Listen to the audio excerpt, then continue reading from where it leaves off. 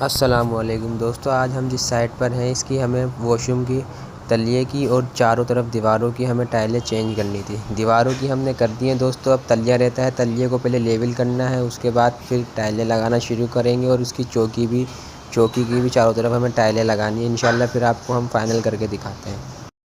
दोस्तों आप देख सकते हैं कि हमारा वॉशरूम कंप्लीट हो चुका है। दीवारों की टाइलें लग चुकी हैं, चौखट भी लग चुकी है दोस्तों, और WC की चौकी भी बन चुकी है, जालियां भी फिट हो चुकी हैं दोस्तों। आप देख सकते हैं फिनिशिंग, और साइड पट्टी भी लगा दी है मार्बल की दोस्तों, देख सकते हैं आप।